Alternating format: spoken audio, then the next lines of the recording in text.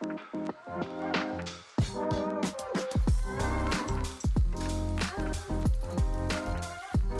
is going on, everybody, and welcome back to Salty Runback, here to be your weekly intake of North American Developmental League of Legends.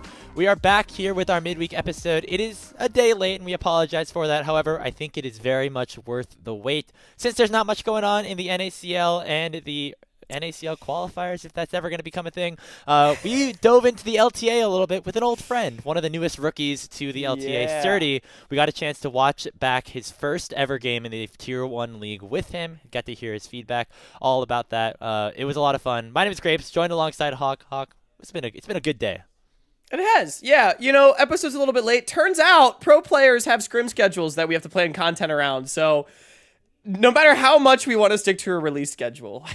Well, okay, here's the thing, actually. This is some under the table information in the intro.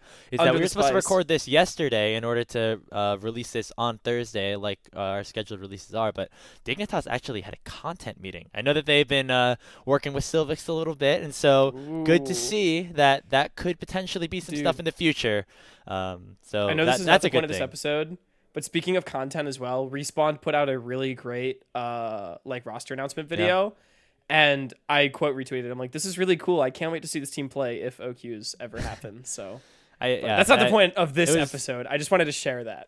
they did use only clips from the combine. I was hoping that as a play-by-play, you always I love didn't hear to my see your voice on in there, man. Although I'm gonna be honest, I never hear my voice on those things as a color caster, dude. It's always the play-by-plays.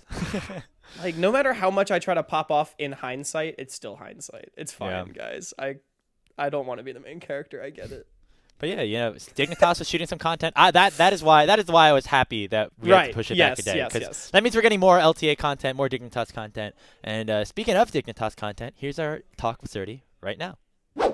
Yo, if you like this content, by the way, this is going to be the new format for our semi-pro POV exclusive to Patreon, releasing hopefully in the future on Wednesdays every single week. For this week, we decided to sit down with Srtty because, well, we didn't really have much else to watch, but you're going to get all kinds of your favorite semi-pro content, getting to watch their games, hear their reactions, and a little bit of interview questions mixed in. Make sure you check out our Patreon at Salty Runback NA for more, but in the meantime, enjoy the video. We are here with one of the newest players to the LTA and a former friend of Salty Runback as well. We got Dignitas' top laner, Srtty, back with us now in a Tier 1 league. He called it. He finally has made it. And we are going to be going through his first game in the LTA North. First of all, Srtty, how are you doing today? I'm doing pretty well. Scrims went well. I'm pretty happy. Can't complain, Hell yeah, dude. That's what I like to hear. Grapes, I will say, you called him a former friend of the show, and yet he's sitting here with us. I don't know. Now former and current. I was going to say, yeah, it seems like he made it to the big time, but he didn't forget about us down here. So Of course. That's true. No, but for Gotta real. pay my respects. Jed, it's been a pleasure getting to watch you play, man. And even though the first Thank series maybe didn't go according to plan, I think you still showed a lot of good stuff. Just tell us before we kind of get into the games itself, and we can just shoot the shit over that for a while. I mean, I think the people want to know, what's it been like being an LTA player now for, the last week as far as games are concerned, but really longer in terms of practicing, being a part of the team, all that. It's nice. It's a lot different from Academy. I really like being in person. I think that when Academy hadn't an in-person system, it was a lot better. I think now people don't take it as seriously because unless you're actually there in the environment with everyone else, it's hard to get into that groove with the people around you and put as much time and effort in. But I am just very grateful that I can do what I want to do as a job and be surrounded by people who are good and care and want to win. It's just I couldn't ask for anything else. Yeah, well, we can go right ahead and get into things here. We have the full VOD. We're gonna go and kind of just watch through it while asking you questions. It's kind of like a hot one style thing. We're gonna start here with the walk-ups. It's a new thing that the LTA is doing, and you actually got interviewed here to start things off. I don't know if we're gonna have the sound specifically on this, but just you've played on this stage before, but it's a new setup. It's also your first time in Tier 1, the moment you've kind of been waiting for. Yep, what was going through your mind as the call-outs were coming out and Jat comes up to try to talk to you? I wasn't really sure what I was going to say. I was just really excited to be on stage and to play. I thought I'd be nervous, to be honest, before I actually went up there, but when I got on there, I wasn't feeling any nerves. I was just feeling adrenaline, and I just really wanted to get in game as soon as possible, Did it feel any different, compared to your times here for, Academy Finals or Proving Grounds Finals back in the It day? was, for some reason, it was less stressful. I was more looking forward to it. Like, obviously, I was looking forward to it the other times too, but I think there was like an air of nervousness. But in this experience, I was just, I was just excited to be there in general. Yeah, dude. I mean, I feel like at the end of the day, like, yeah, it's like it's your big career debut and everything. But I don't know. Hey, At least it's not a grand finals or something like that. And you've been here before, right? I mean, I think we both know I'd be crucified if I didn't perform like decently, given how much hype was around me. But that didn't really stress me out. I just knew that if I played the game the way that I know how to play it, I would do well. It's just like inevitable. So All right, I we took can skip. Big like respect. solace in Yeah. that. Let's skip ahead to like the end of the draft, I guess, to just talk about the game plan going into the game specifically. You picked Rumble here on 4-5 after Cassante was picked earlier in the first phase. Just Uh-huh. what was going through your team's, comms, especially like during that second phase when you still needed to figure out what your solo laners are going to be? I had a decent, I had a decent idea. It was because the enemy had like double short range and mobile ball liners. We needed something that vacuum answers Cassante to a decent extent, can exist in swaps relatively well, and has AP damage. And honestly, when you list out all of those things, it kind of just comes down to Rumble as to like what fills that role. There isn't really any other champion who does it the same way. Yeah. Well, and I feel like too, looking back on your career, I mean, correct me if I'm wrong, but we've seen a decent amount of Rumble from you over time. So also, I feel like I mean, partially maybe this was a comfort pick as well, or Um, I'm pretty comfortable in most things these days. I would say that this is one of the things that I've like put some time into in scrims, but I wouldn't necessarily call it like a super comfort pick. I was definitely comfortable in the situation because it's like relatively easy for Rumble to execute his job inside of this draft. Like I'm right, not like jumping through hurdles to try and make my champion work. right.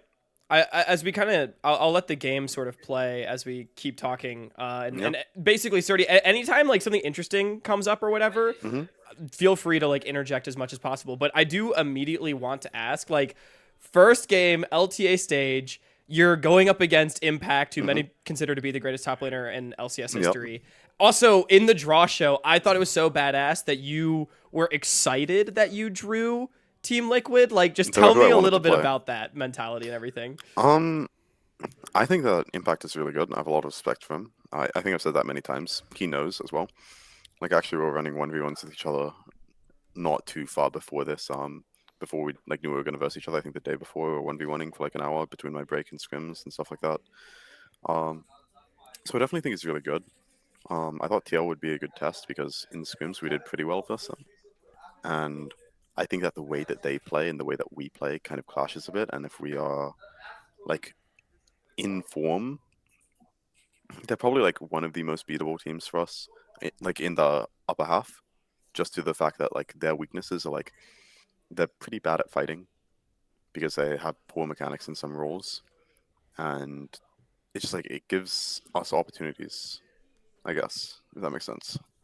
Yeah, you talk about Impact, but you don't even get the chance to lane against him here in True. this first game Yeah. for a while.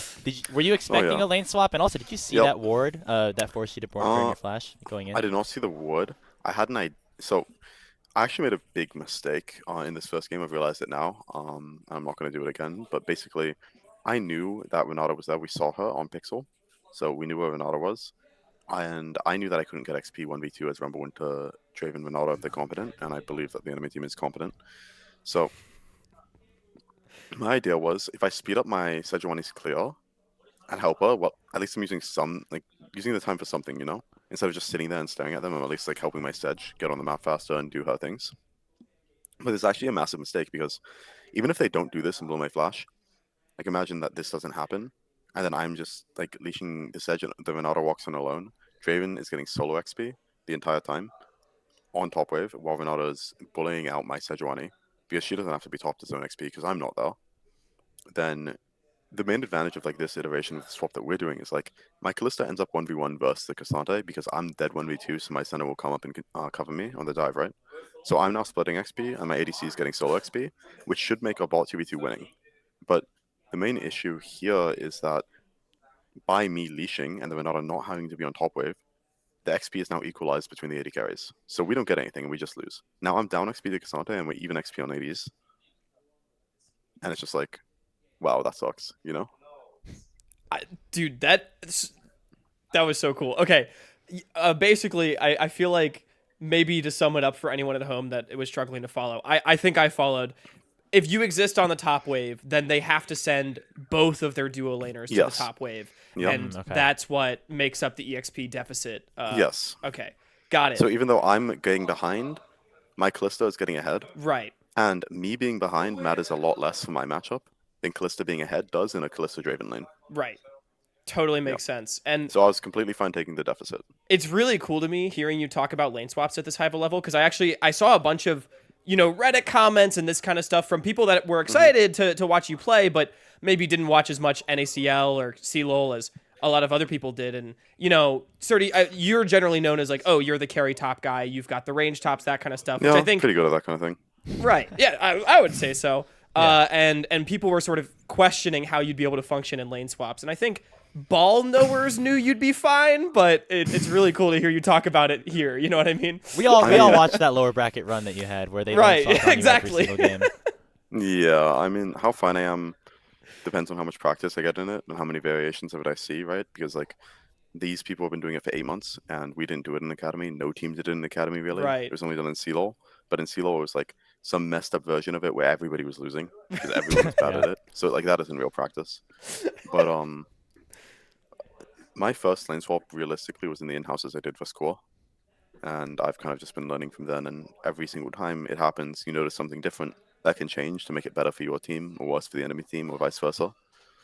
And I mean, eventually it just becomes like a flowchart in your head where you begin to understand after experiencing it enough. Very cool. Very cool. I'm going to try... Sorry, for some reason I have my like taskbar covering the bottom of the screen, so I can't speed up the video. Or wait a minute, if I use my extension. Oh. Well, that's one way to do it, I guess.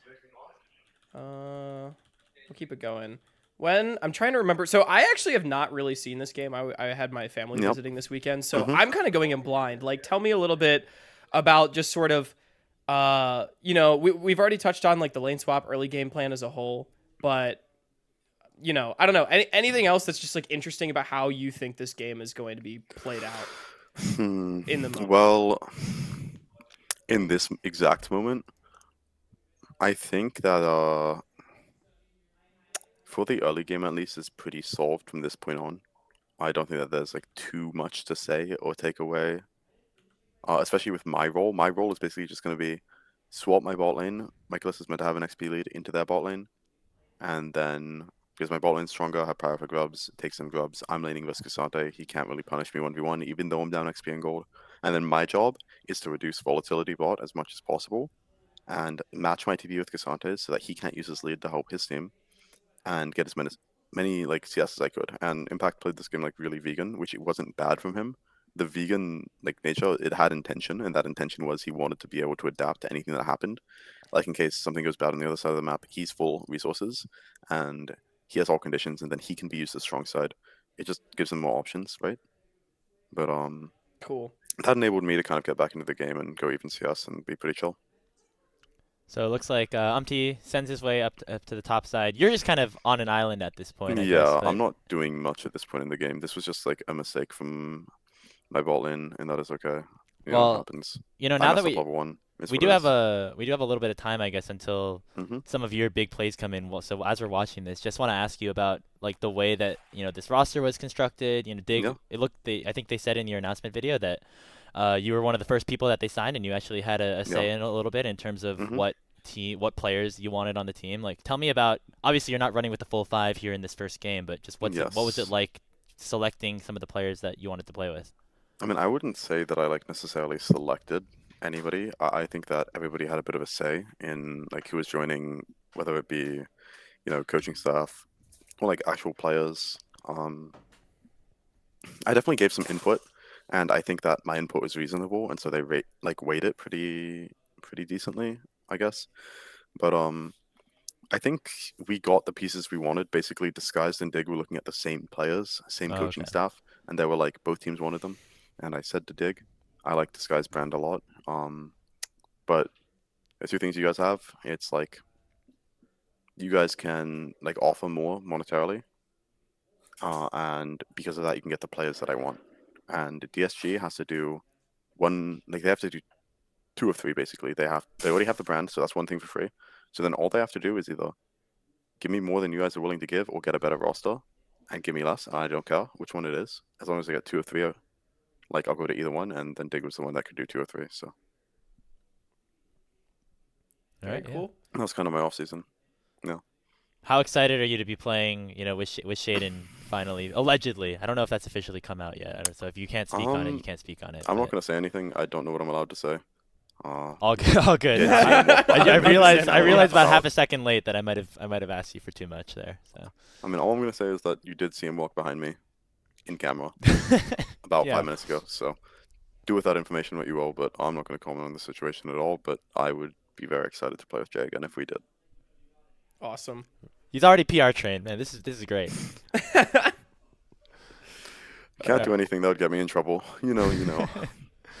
You don't want to get fired from your first LCS team. That's generally ill-advisable, Yeah, no, exactly. I think I'm pretty lucky to be in this position. I don't really want to like start any fires that I can't put out, if you know what I mean. Right. Yeah. Actually, did the bot TP onto the Draven already happen? It did, right? Because we lost 2 bot towers. Yeah, I think so. you might I have can skipped skip- ahead. Yeah, I was sort of later, skipping around. Yeah. So if you go back to that, that's like the first interesting thing that I am a part of. And I want to explain like why this is meaningful to anybody who's watching the game. Oh, I remember Yeah. this. Yes. So Here, let me me skip and that. Cassante are staring each other in the face on what is essentially a neutral wave. But I have like negative prior where Cassante has to shove this wave, and I have TP advantage because he used TP earlier. And I put this ward for myself here. I placed this ward before I reset. Oh wow. So that I okay. could do this in case they pressured. Because if you look at AD items, Draven has Bloodthirst and my Kalista has components is unwinnable. We are getting pushed in on top because I lose versus Cassante 1v1. Pushed in on bot. My jungle is weaker at this point in the game because the Wukong is farmed. Our only point of pressure is mid, but it's not realistic for us to kill the Azir who has flash up. So as a result, and we can't make a play on the Cassante's side because it's meaningless to kill him, our only thing that we can do is look on the enemy bot lane. And they didn't sweep the bushes. So then I can use my TP advantage to relieve pressure off of my bot lane and like give us a way to actually breathe and play inside of this game. So that is why I had to do this in this game state. Just do the 80 item gap. Like if my 80 was on even conditions, then I could like maybe try and push out the wave before I TP. But because they aren't, I'm not going to get this opportunity again with my wood dying. And I have to do something to help my team because the game is already in like a dire state right now. TL's played the early game very well, the great at swaps. And we need to like do something because this kind of gold lead with our composition is like not sustainable as the game goes on, I think And the most then- interesting Mhm. part about that to me too is like that. So you placed the ward for yourself, anticipating that you would be able to leverage your TP advantage. Yes. Before I reset. That's awesome. This Also, was like, I mean, I have to do something, I'm Yeah. here, by the way. I'm having Okay. some audio. Some issues. I see. but- no, you're good, but dude, that's so cool. And so, I mean, yeah, obviously the game, like, you're a little bit behind, but it helps to bring it back a lot. I also loved watching Yep. that replay. Draven died like 0.1 second before he got the kill onto Tomo, so he Yes. didn't get the cash in. Like that's got to Oh be wait, huge really? too. He didn't get the cash in? I didn't even know that in game. I'm not gonna lie. I think here. Let me Well, go back. he died. Actually. I don't know. Like, yeah, sometimes there's like a little bit of a buffer with like the timing of those things, but he did die first. If that, Yeah. Yeah, barely. Wow. yeah. that So he is only got 300. pretty there, fortunate. actually. That was not planned. Yeah, that's one of the situations where like even though it's a 1-for-1 and Mhm. because you guys are behind, like obviously it's really good. Yeah. But still you guys are down like Mhm. 3,500 at this point. Well, we're down 3,500 because of what happened immediately after that. I took over bot, but I didn't have Rumble ult, and I said to my team that I need Sejuani to come and sit under this bot tier 1 with me because we're not killing Cassante on top side. And like I can't defend 1v3, but if they try and dive, hostile Cassante and Leandri's Rumble, when they have no Renata, no sums on their AD, they can't do it. But there's like language barrier, and so we went Right. top side because we didn't understand. And then I just lose 2 towers and can't farm 4 waves in a row on bot lane. Oof. And I'm just suffering. And that's like a massive gold swing inside of the game. Like I said this 40 seconds in advance, like before Draven even shows bot lane, I said I need cover. Because if you look at my ult cooldown, when they're hitting tower on this first wave, my ult's on about 50 seconds left. And then Herald is coming up at about think it's a little over a minute. So like, if we defend bot properly, we'll still have time to move up for Herald and contest Herald if we want to. But it's not realistic for us to trade when they have grub advantage and they're like first onto our tower and we can't dive Cassandra and they can dive me, you know? So this was like really bad for the game. And like in the moment, it was pretty frustrating inside of the game. But like, this is like one of the things with like Shaden that can be kind of solved. Because like this kind of thing is like, it's hard for people to see, you know, without communication from an outside perspective, from like other roles and stuff. I know it because I'm like, oh, wait, if I'm under this tower, I'm dead. That's gonna suck. Like, I feel that, and I know what's coming. So, like, I can say something, but, like, obviously, you know, you have to do something about it, too. Right. Yeah, it's hard to recognize the agency that, or like what another role needs in the moment. Yes. Especially when, like, Herald is spawning soon, and, like, you're thinking, oh, like, we want to play for Herald. We just got something good. We want to fight. We want to do something, you know? We want to be proactive with our tempo. Yeah. We just swapped the bottom to top, you know? So that kind of leads me to another question too, because you're sort of talking about, you know, how the comms are and everything. And again, I know, you know, the roster situation a little bit up in the air probably changes things, but you know, a lot of times I feel like the expectation is you as the rookie, you're going to come in, you're not going to be as much of a leader or whatever, right? But do you feel like you are a leader for your team in any way, or is it somebody else? Like, I'm just sort of curious, like, who takes on what responsibilities? You know what I mean? I feel like League is a game where if everybody just does their job, and they don't have to do anything more, they don't have to overcompensate. If you just fulfill your role within the comp and you do that flawlessly, each piece individually, it will all come together. It's like art, you know? And Yeah. I think that there are some things that I needed to learn about my role. Like something that Tomo has helped me a lot with is on Fly C, I had a habit of over rotating because my team struggled with macro a lot. And so the band-aid that we chose was group on every single mid-wave no matter what. I would be 3k gold up on Gnar out of lane and I'd be rocking up to a mid-wave, which we can't siege on in mini form, because if I don't, we die. And it was cringe, but it was what it was.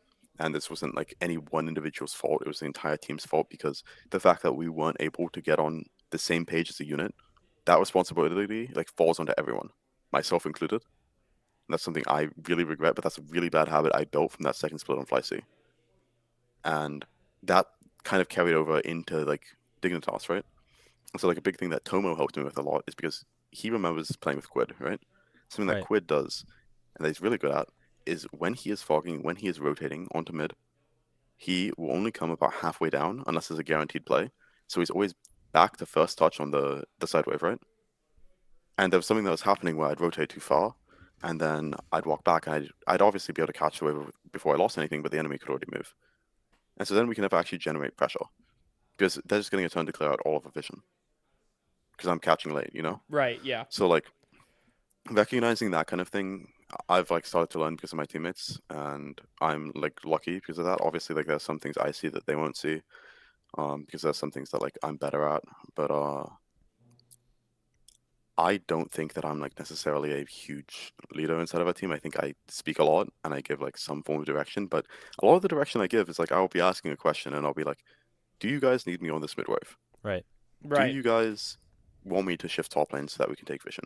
And my team knows their jobs pretty well, and they usually know what they need, and they know if something would be unnecessary. And so by asking that question, I better understand my role inside of the game because it's like, okay, if you guys don't need me here, then I can push deeper. I can continue to gel the enemy top, etc., etc. You know, Yeah. so it's Yeah. like a conversation. No, it's like that's very interesting to hear, like kind of all the unique dynamics between, you know, a team of five. You know, we're Yeah. going back to the game a little bit there. That we saw that play that you made on Mhm. LTA up on the top side. You know, Yep. Dragon was coming up in about 20 Yep. seconds or so. Mhm. Was this a play where you guys kind of just decided that Drag's gone, you know, Casantes has pushed down here with the two towers gone down. We're going to try to just make a play on the other side of the map, We or can't realistically contest the dragon right. in the current map state. We have no sums on our bot lane. I can't push out the Azir and rotate because he is up and golden me. I am behind because of the lane swap.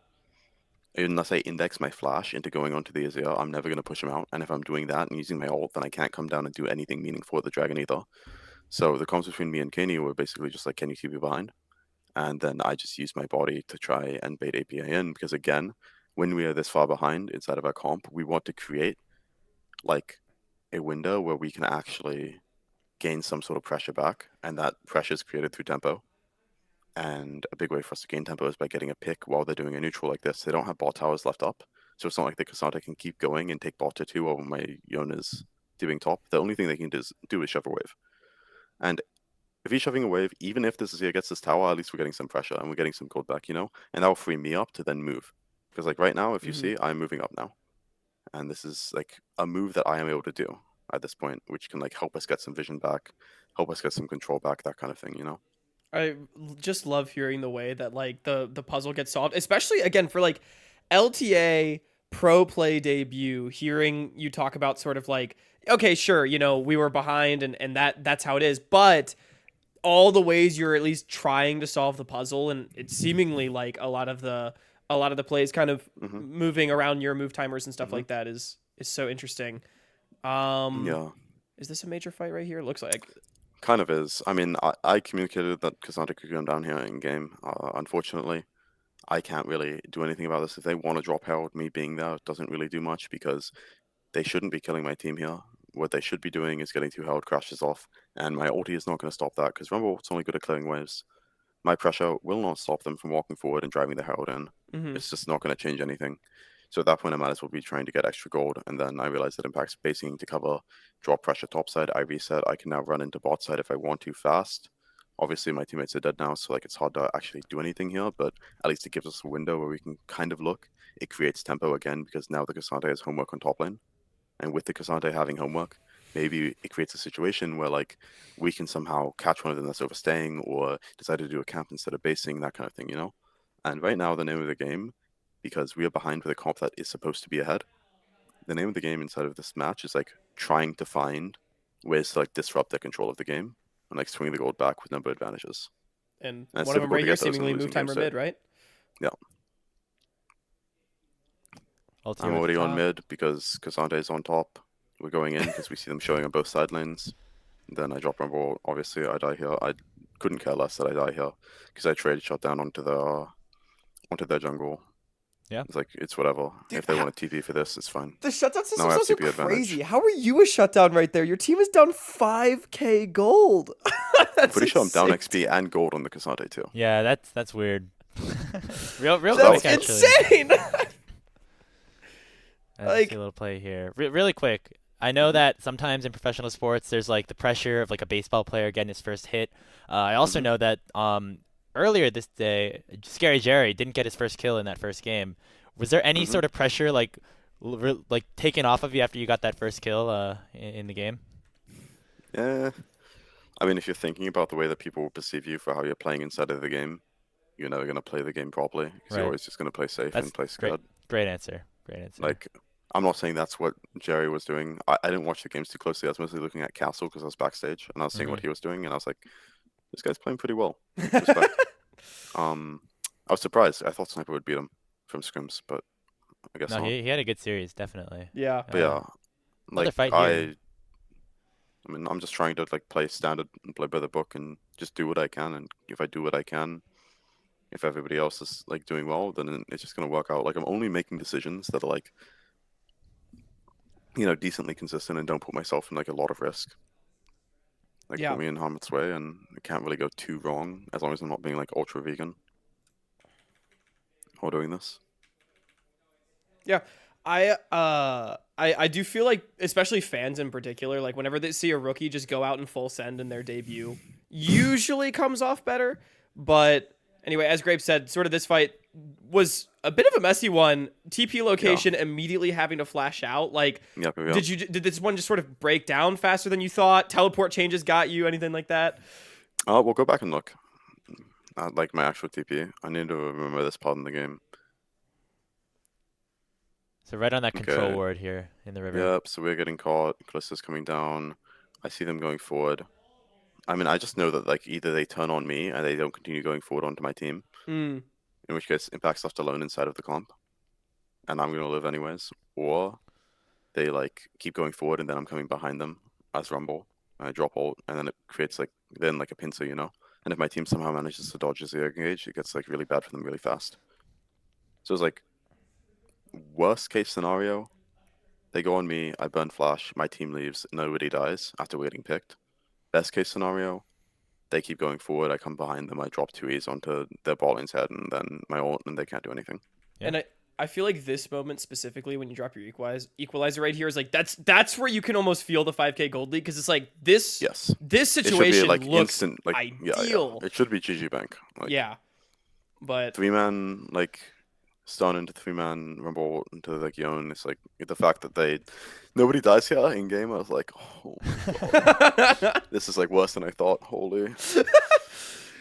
how often do you experience that as a top laner, where you kind of think you're vibing, you kind of think your team's vibing, and then you show up to the fight and you're like, oh my God, what happened on the rest of the that's like map? a universal experience. I mean, feel like. it happens more in solo queue than in competitive, because Sure, like, people yeah. are communicating in comp, and they'll normally say things like, I can push on side into this guy, or I can get prio, and if they can't, you can usually like infer that like either something's gone wrong inside of the game, or it's just like champion power levels and how they interact.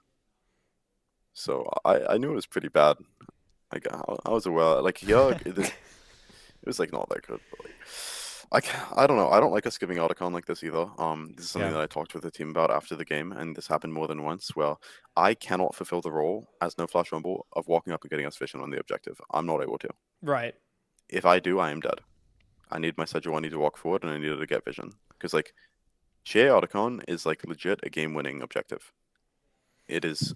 Oh, it's so so strong broken. because you can sacrifice 4 people on your team for 1 person, come back onto the map. Like, you can send 4 under the tower, all die, only trade back the enemy jungle, run to Nash, and Nash is uncontestable, and you get a free Baron. And it's so stupid. And and then you have the revives for Right. 2 minutes. Like, with the whole Baron reason we buff. can't contest this Baron is because we just gave Otacon.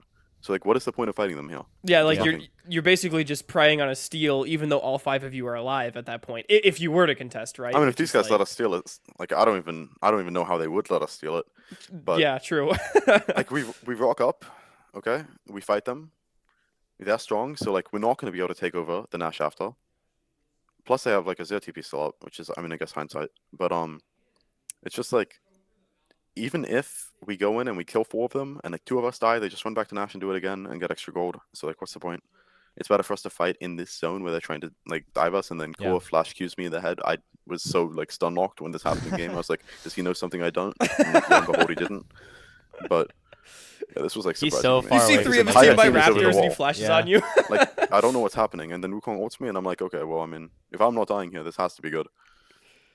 We're Kenny getting plays like insane here, also.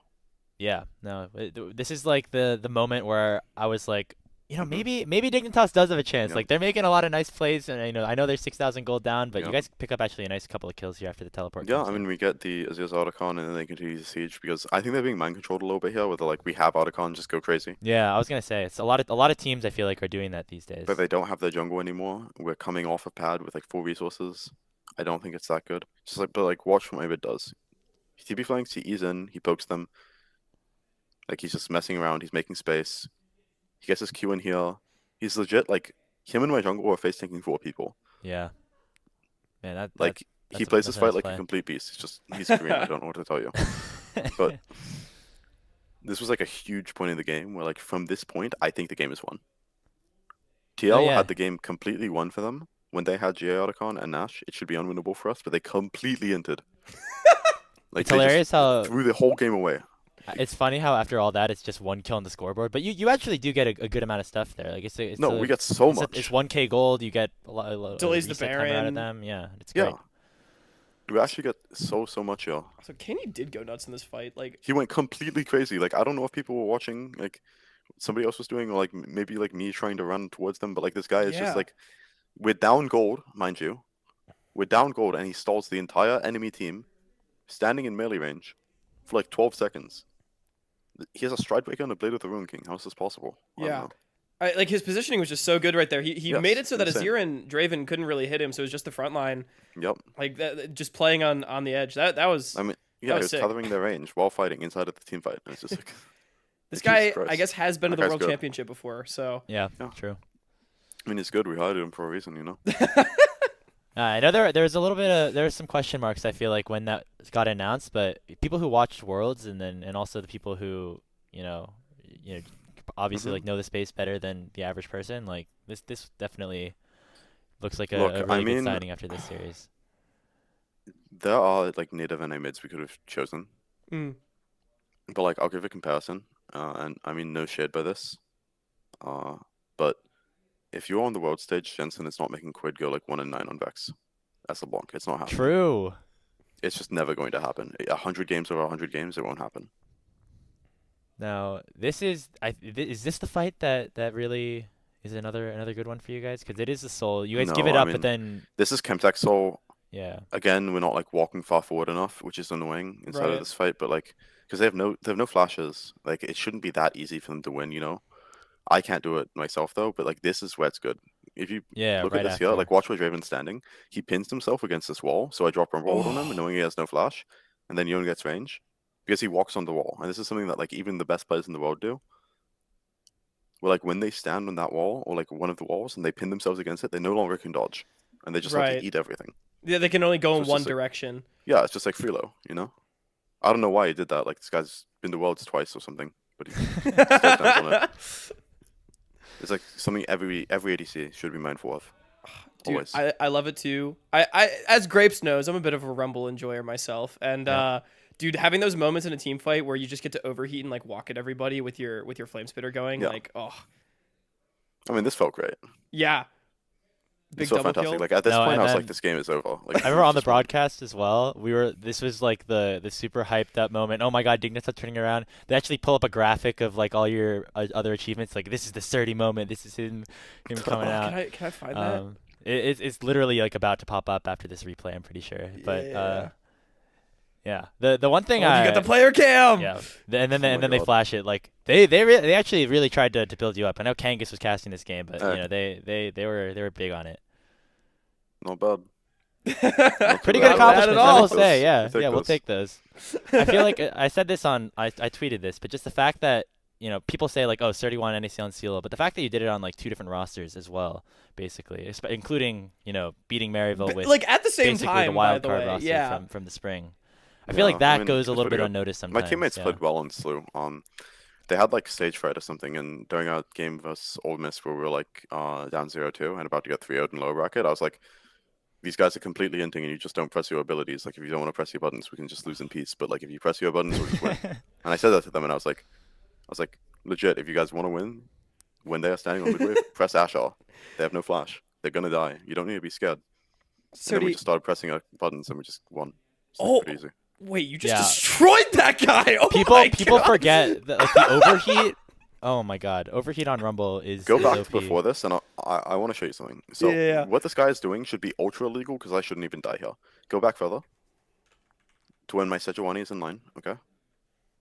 So they're trying to like contest vision, right? The next objective coming up on the map is Nash, and we have topside vision control. Mhm. So our goal in this space, because they can't walk into us, is just to hold control and not let them take our vision. My Sejuani should be postured away from the Azir soldiers inside of the line while I am standing here. Right.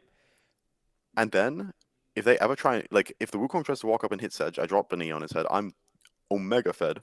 My E will do 400 damage. This guy can't play. Azir can't cross over the wall. Right. Because if he crosses over the wall, he comes into both of us.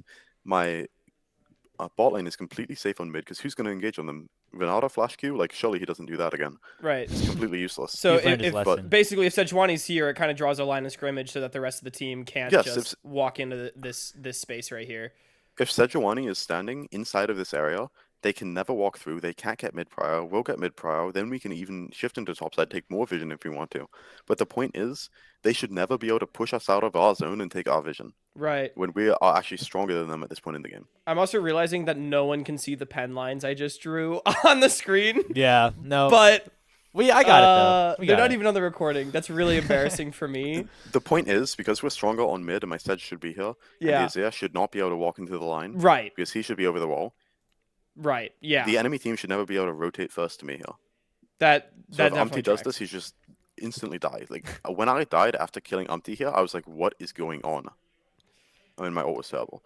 Doesn't matter. It's like It looked like a legit meaningless quick at this point in the game. cast ult maybe even. It was. Yeah. I mean, yeah. Happens, you I know. was trying to get it Happens. out as fast as possible because I was like, if I'm dying anyways, my ult's like Yeah. 60-second cooldown at this point. Might as well get some Right. damage Yeah. off. Get some value.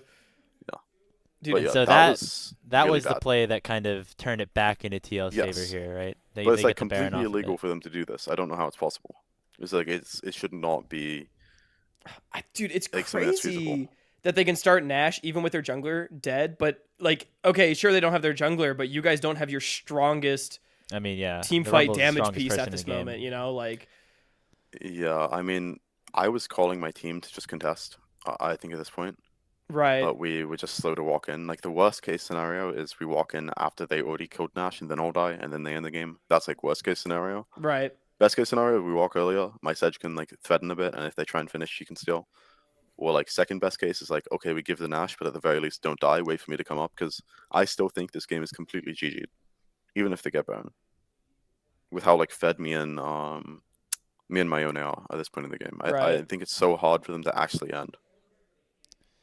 I just think it's so difficult for them. But So you're obviously, saying the that worst thing that is happened. the worst case scenario out of the Yes. stuff that you talked about did happen. Yeah, I think it happened a few times this game. Right. So No, you I think can see it though. overall- Like at this point, because either you want to contest the Baron when it's higher HP, so that way TL is forced to Yep. position worse, or you just give, but the contest sort of comes late, so TL is actually able to full turn into the team fight, and also Kaney's Yeah. pretty far. Yeah, Kenny TP'd above, I think, in this Yeah. situation. Because Yeah, he it wanted to happens. flank. I don't think we realized how fast that Nash was. So overall, I'm And- hearing the game kind of just ends off of that, unfortunately. but- Well, we had a few macro issues. I think we played a lot worse than we did in scrims on stage. Mhm. Whether it was due to nerves or something else, is what it is. They were better at the lane swap. They were faster onto the map. They were more comfortable. And when they made their mistakes and gave us a chance to win, we were unable to like properly identify what we needed to do to continue to push that game forward. And as a result, they were able to take it back. You know, yeah, Right. I there feel were like a lot of issues. We're very there were- dysfunctional. I do feel like though there was a lot of good moments as well, where it's like Sure. you know some of those big plays that you had in the mid game, and obviously you guys aren't playing with like your intended starting roster, and you mentioned some language barriers and stuff. So Mhm. hopefully that means that good things are to come in the future. You guys are playing against DSG this Saturday. We talked Some about old this a little friends- already. It's the rookie yeah. showdown. So some old friends that you ran into during the NACL, XU and Scary Jerry, both on that Yeah. team. I mean, overall, A, are you excited to play against Jerry again on the land stage because it went pretty well for you last time? And B, overall, just like, what's your thoughts going into the series? I think if we lose, it's really embarrassing. We haven't lost since like when it comes to like the scrim blocks. Well, I actually don't know what I'm allowed to say because I don't know if something could be Hey, like, on used on for betting pros, they're purposes. talking about it all the time on pros, so Okay, okay. Yeah, I'm probably fine. whatever you're comfortable with, but probably win-loss is fine if I had to guess. But I'm not gonna give like a straight win loss, but we didn't lose any of our scrim blocks versus Disguised. Like even when we were splitting time with like Shaden and Lara, so like especially if we have Shaden, I don't really see us losing. Our mid's better, I'm better than Castle, and then our bot's better than their bot, and our jungle's better than their jungle. So like hopefully it'll work out. I mean if Huki is picking Elise, like I can't play range champs. It's gonna be free win. But I mean it's gonna be nice to play against people that I know. I kind of know their habits. Like XU is like Omega full clear Andy and to try and 7th camp top lane. So if I don't die to that, that'll be great. But I think that if we lost, it would be really, really sad. I don't know what word to say other than sad, because I feel like everybody's, or at least a lot of people are expecting DSG to lose if we are playing well. So, I mean, DSG's mentality going into it should be like, we don't have any pressure on us, right? Just like Right. go out and play our heart out. But like for us, I think nobody on my team would be comfortable losing. I'm pretty sure me and Tomo, we already talked a bit, and we're like, we're just gonna go to Korea if we don't make it to Brazil, so that we can at least use something. It's a 2-month break, man. Yeah, Right. it's a Like, that's long- it's a long crazy. break. Yeah. I will play 4 stage matches if we lose into a 2-month Korea trip. Like, what is going on? Insane format. Yeah. Yeah. The, I mean- Dude, the format is crazy for this first split. I mean, I don't know. last question for me before we wrap things Yeah, up. go ahead. Are you gonna be turning off the all chat against XU and DSG, or will it be on? I mean, bro, if that guy types, he's just gonna int again now. Like, That's one. That's a good answer. That's a great that is a answer. really good answer. I mean, like, it's fine to like shoot the shit and like talk whatever you want to talk. Like, I'm all for that and I support it. Like, I do it sometimes. I like it. I think that it's like a good part of the game, and I think that, I mean, there's more than one way to like psychologically get to somebody, right? When it comes to like a performance-based match, but I think that if it's coming at the expense of your awareness of the map, it's like Right. they should probably be the ones turning it off. You know, I'm not going to go out of my way to flame any of them. I respect them and I want them to like succeed. it's a weird spot where it's like, obviously I know that they're like good people and I wish them the best, but I also want to win. So it's like, Yeah. it's like kind of awkward. Of course. That's that But, that mentality you have to Right. take as like You're a enemies pro for athlete at this point. week, right? And then Exactly. and then afterwards you're friends. Well, Srtty, I don't want to keep you too much longer. We've already talked so much. But I guess like any closing thoughts as far as opening week, the future, anything like that. I mean, you're always as insightful as ever. So anything you have. No, I don't really have much to say. I hope that we can do well, and I hope that, well, I know that if we play how we do in scrims, we're gonna win when it comes to this weekend. But I just hope that this can be a long split and that we can go to Brazil and we can spend more time growing and getting on the same page as each other, because we are like a very new squad, and I think that any experience that we can get is good experience, you know? Yeah. Hey, Awesome. 2 more best of 3s, and you're on that flight down south. So Yeah, thank you very exactly. much, Srtty, for getting to talk to us. Thank you Of for course, coming man. back to Salty Runback. Always a pleasure. And best of luck this weekend against Disguise and the rest of the LTA season. Yeah, thank you so much. Pleasure was all mine.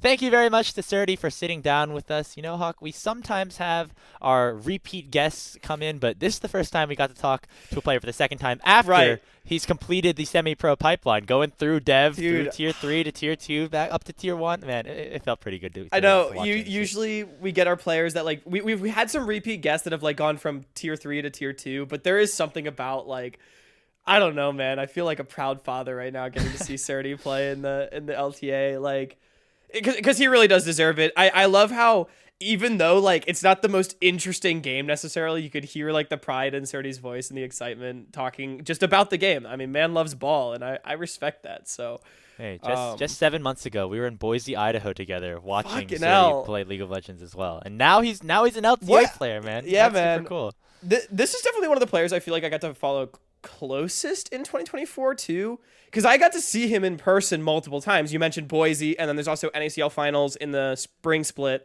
where I got to catch up with him too. So like, I don't know, man. Yeah, it feels good. And that's semi-pro pro POV. Yeah, this time it's pro POV because he's graduated at this point. He's a professional player. But we will have semi-pro POV, a new show exclusively to our Patreon subscribers. I think we're going to get the first episode out to YouTube just so you can get another look at what specifically the semi-pro aspect of that is going to look like. But every Wednesday, we'll be sitting down with an amateur or collegiate player. We'll be going through one of their games that they played last weekend, whether it's at the NACL or the collegiate space or even in one of the open qualifiers. Get their thoughts about it. I thought it was really cool just how we were able to pick Srtty's mind. You can clearly tell he thinks about this game a lot. And you can get all that content for $5 a month in our extra salt tier, or you can go up to the overdose tier and get access to a couple of other shows as well. It'll be one of the first links right down in the description, patreon.com/saltyrunbackna. Make sure you check it out if you liked this style of video. Yeah, if you like us a lot, be sure to overdose on the Salty Runback. At Salty Runback NA on all platforms, not just Patreon, at Hawkcast, at Speedy Grapes, where you can find us. If you think that Dignitas is going to get clapped by DSG, you clearly are not feeling inspired enough after what Srtty just said, and you can take what we said with a grain of salt. I've been Hawk, that's been Grapes. Have a great rest of your night.